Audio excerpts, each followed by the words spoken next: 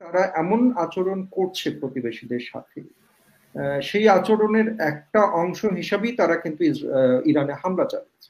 এবং হুম। ইরান সেই হামলার হচ্ছে এক ধরনের প্রত্যুত্তর হিসাবে যে মিসাইল হামলা এখন ইসরায়েলে চালিয়েছে, সেই হুম। মিসাইল হামলার ফলে কিন্তু ইসরায়েল, বিশেষ করে তেল আবিবের জনজীবন এখন বিপর্যস্ত। ট্রাম্পের মন্তব্যের মধ্যে আমরা দেখতে পাচ্ছি যে তিনি বলছেন যে হয়তো ইরান শেষ পর্যন্ত এটা বড় ধরনের হামলায় না জড়িয়ে তারা একটা আলোচনা টেবিলে তারা আসবে। অর্থাৎ যুক্তরাষ্ট্রের অবস্থানটা এখনো পুরোপুরি আমরা দেখছি যে যুদ্ধ পরিস্থিতিতে জড়াবে কিনা সেটা নিয়ে এক ধরনের দ্বিধা রয়েছে। ইসরায়েল এবং ইরান এই দুই পক্ষর যদি এই যুদ্ধটা যদি পারমাণবিক যুদ্ধ যে জড়িয়ে পড়ে, তাহলে একটা বড় ধরনের ডিজাস্টার পৃথিবীর জন্য অপেক্ষা করছে। এখন আমরা যে পরিস্থিতি দেখছি ইরান এবং ইসরায়েলের মধ্যে, সেটা বাংলাদেশ হয়তো সরাসরি এইটার সাথে জড়িত না, কিন্তু পুরো যে বৈশ্বিক যে পরিস্থিতি, বিশেষ করে মধ্যপ্রাচ্যের যে পরিস্থিতি, সেটা কিন্তু খুব একটা সন্তোষজনক না। বরং এক ধরনের ওই সামনের দিনে বড় ধরনের যুদ্ধ বাধার একটা সম্ভাবনা আমরা দেখতে পাচ্ছি। যুদ্ধ হবে কিনা সেটা আমরা জানি না, কিন্তু শুধুমাত্র এই যুদ্ধ ইরান বা ইসরায়েলের মধ্যে সীমাবদ্ধ থাকবে কিনা সেটা নিয়ে কিন্তু এখন সন্দেহ দেখা গিয়েছে। বিশেষ করে আমরা মধ্যপ্রাচ্যে দেখেছি যে ইসরায়েল সবসময়ই এমন একটা অবস্থানে সেখানে রয়েছে যে তারা কূটনীতির চাইতে সবসময় শক্তি প্রয়োগকেই তাদের একমাত্র পন্থা হিসেবে তারা বেছে নিয়েছে তাদের আহ, অবস্থানের কারণে। কারণ ইসরায়েল এমন একটা অবস্থানে রয়েছে যে তার আশেপাশে সমস্ত দেশের সাথেই তাদের হচ্ছে এক ধরনের বৈরী সম্পর্ক রয়েছে, বা ঐতিহাসিকভাবে বৈরী সম্পর্ক ছিল, পরবর্তীতে সেগুলো উন্নত করার চেষ্টা করেছে বা বিভিন্ন সুবিধা দিয়ে হয়তো সম্পর্ক তৈরির একটা চেষ্টা করেছে। কিন্তু সাম্প্রতিক সময়ে ইতিহাসের নানা সময়ই তারা ফিলিস্তিনের উপরে যেভাবে হামলা করেছে, সেইটার একটা চূড়ান্ত রূপ কিন্তু আমরা সাম্প্রতিক সময়ে আমরা দেখতে পেয়েছি। আমরা দেখতে পেয়েছি যে পুরো পৃথিবী যখন হচ্ছে সাধারণ মানুষ প্রতিবাদে ফেটে পড়েছে, কিন্তু পশ্চিমা দেশগুলো বিশেষ করে এক ধরনের নীরবতা কিন্তু দেখিয়েছে যখন গাজায় আমরা দেখেছি ইসরায়েল শক্তি এবং ইসরায়েলের সামরিক বাহিনী একটি নির্বিচারে হত্যাকাণ্ড চালিয়েছে। এবং বিশেষ করে শিশু হত্যার যে ঘটনাগুলো, সেই ঘটনাগুলো কিন্তু চোখে দেখা যায় না। ইভেন যে ফুটেজ গুলো আমাদের কাছে এসেছে সামনে, আমরা সরাসরি হয়তো দেখতে পাচ্ছি না, কিন্তু যে ফুটেজ গুলো আমরা দেখেছি সেই ফুটেজ পর্যন্ত দেখার মতো অবস্থা না। এত নৃশংস হামলা এবং একটা মানবতার পরিস্থিতি কিন্তু গাজায় তারা তৈরি করেছে। হুম। এবং সেই পরিস্থিতির সময়ে তারা এমন আচরণ করছে প্রতিবেশীদের সাথে, সেই আচরণের একটা অংশ হিসাবেই তারা কিন্তু ইরানে হামলা চালিয়েছে।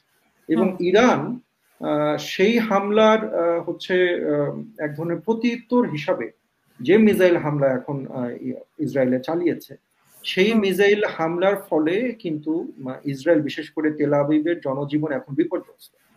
এবং তাদের বিভিন্ন গুরুত্বপূর্ণ স্থাপনায় মিসাইল হামলা চালানো হয়েছে, এবং তাদের অনেকেই ঘর ছেড়ে উদ্বাস্তুর মতো বাইরে এসেছেন, যেটা দেখে অনেকে মন্তব্য করেছেন যে আসলে তারা গাজায় যে পরিস্থিতি তৈরি করেছে, অন্তত কিছুটা হলেও সেই একই ওষুধের কিছুটা হয়তো স্বাদ তারা পাচ্ছে। হুম। এমন একটা পরিস্থিতি আমরা দেখছি এখন মধ্যপ্রাচ্যে যে যখন একদিকে ইসরায়েল এবং তেল আবিবের সমস্ত গুরুত্বপূর্ণ স্থাপনায় ইরান হামলা চালাচ্ছে, আবার আরেক দিকে হচ্ছে ইরানের যে পরমাণু স্থাপনা বলে আমরা যেগুলো জানি বা ইসরায়েল মনে করছে, সে জায়গায় কিন্তু ইসরায়েল হামলা চালিয়েছে। এবং সেইটা রিটালিয়েশন হিসাবে আবার আমরা দেখেছি ইরান ইসরায়েলের বিভিন্ন হাসপাতালেও হামলা চালিয়েছে। কিন্তু এখানে আমার আরেকটা জিনিস বলে রাখা উচিত যে ইসরায়েলের কিন্তু একটা বড় ধরনের হচ্ছে কি বলবো যে এক ধরনের ইতিহাস রয়েছে, তারা গাজার বিভিন্ন হসপিটালে বেশিরভাগ সময় তারা হামলা চালায়।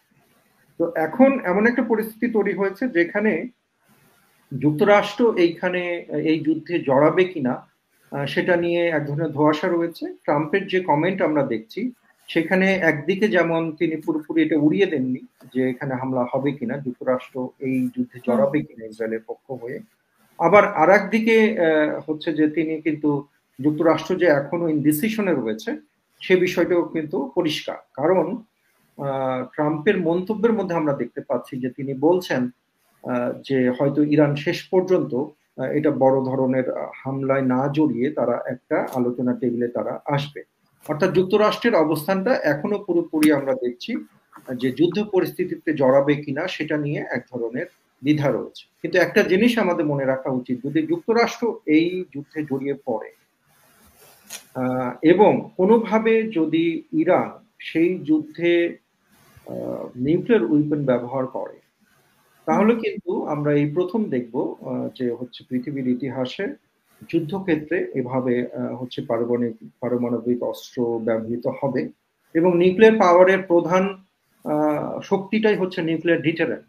তার মানে আপনি যতক্ষণ পর্যন্ত না নিউক্লিয়ার পাওয়ার ব্যবহার করবেন ততক্ষণ পর্যন্ত হচ্ছে যে এক ধরনের নিউক্লিয়ার যে আপনার কাছে পাওয়ার রয়েছে সেই পাওয়ারটাকে ব্যবহার করেই আপনি হামলাটা বন্ধ করে রাখতে পারেন, যেখানে আমরা নর্থ কোরিয়ার ক্ষেত্রে দেখি, তাই না?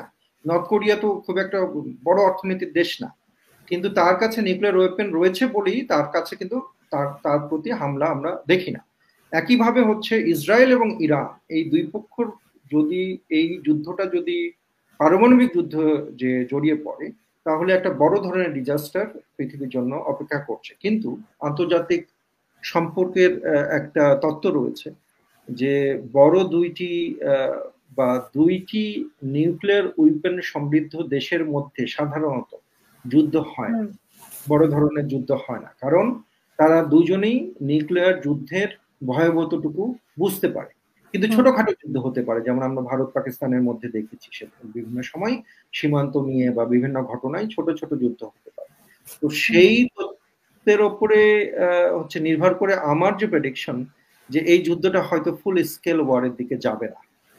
কিন্তু যদি ফুল স্কেল ওয়ারের দিকে যায়, তাহলে যেহেতু Iran to some extent ideological country এবং তারা এক ধরনের কজের জন্য অনেক সময় তারা স্বাভাবিক যে অন্যান্য রাষ্ট্রের মতো চিন্তা তারা করে না। আমরা ইরান ওয়ারের সময় দেখেছি যে হাজার হাজার তরুণ ছেলেরা হচ্ছে ইরানের সেনাবাহিনীর সামনে তারা হিউম্যান শিল্ড দিয়েছে এবং মাইনের উপর দিয়ে হেঁটে গিয়েছে যাতে মাইন ডিটেক্ট করা যায়। তার মানে ইরানিয়ান হচ্ছে পপুলেশনের মধ্যে চিন্তাটা অন্য দেশের মতো না। এই কারণে একটা সবসময় এক ধরনের আশঙ্কা থেকে যায় যে এইখানে পারমাণবিক অস্ত্রের ব্যবহার হতে পারে, সেটা ছোট স্কেলে হোক বড় স্কেলে হোক। এখন ইরানের কাছে আসলেই এইভাবে পারমাণবিক অস্ত্র রেডি আছে কিনা এবং সেইটা হচ্ছে ব্যবহার তারা করবে কিনা যুদ্ধক্ষেত্রে যদি রেডি থাকে, কারণ তারা এখন পর্যন্ত দাবি করে আসছে যে পারমাণবিক শক্তিটা শুধু তারা এনার্জির জন্য ব্যবহার করেন, অস্ত্রের জন্য। এখন এই অনেকগুলো ফ্যাক্টরের উপর নির্ভর করবে যে সামনের দিনে এই যুদ্ধের